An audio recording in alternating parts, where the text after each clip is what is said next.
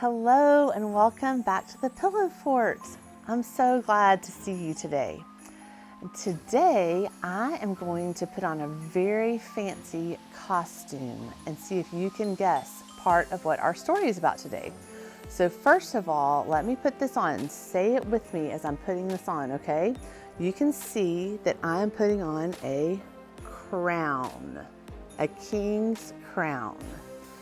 Also, if I'm going to be a king, I'm going to have say it with me, scepter, a golden scepter to rule.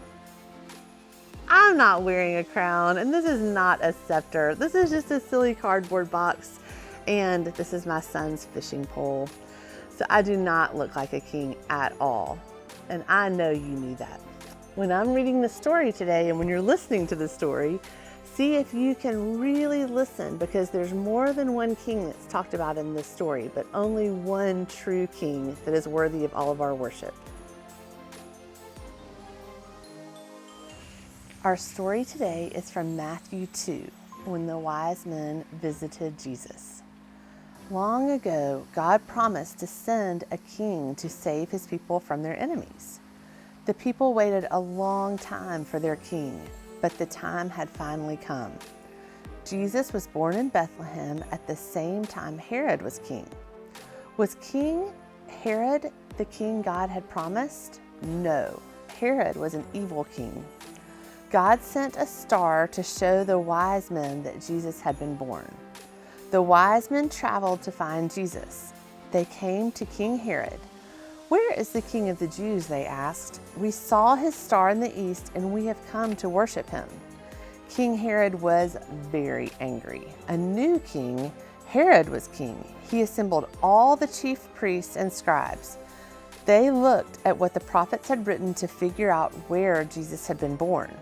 The chief priests and scribes told King Herod that the prophet Micah had written, "And you, Bethlehem, in the land of Judah, are by no means least among all the leaders of Judah, because out of you will come a leader who will shepherd my people, Israel." Herod spoke to the wise men in secret. "Go and search carefully for this child. When you find him, report back to me, so that I too can go and worship him." But Herod was lying. He did not want to worship the new king. He wanted to kill him. The wise men followed the star until it led them to Jesus. They went into the house where Jesus was with his mother Mary. The wise men fell to their knees and worshiped Jesus. They gave Jesus gifts: gold, frankincense, and myrrh. When it was time for the wise men to go home, Jesus warned them in a dream not to tell Herod where Jesus was, so they took a different way home. After the wise men were gone, an angel appeared to Mary's husband Joseph in a dream. The angel said, "Get up, take the child and his mother, flee to Egypt, and stay there until I tell you, for Herod is about to search for the child and destroy him." So, in the middle of the night, Joseph got up and took Mary and Jesus to Egypt, where they would be safe. King Herod was so mad that the wise men did not tell him where Jesus was. He killed all the boys in Bethlehem under 2 years old just to make sure he killed Jesus. But he did not know that Jesus and his family had escaped. A while later, when Herod died, an angel spoke to Joseph again in a dream.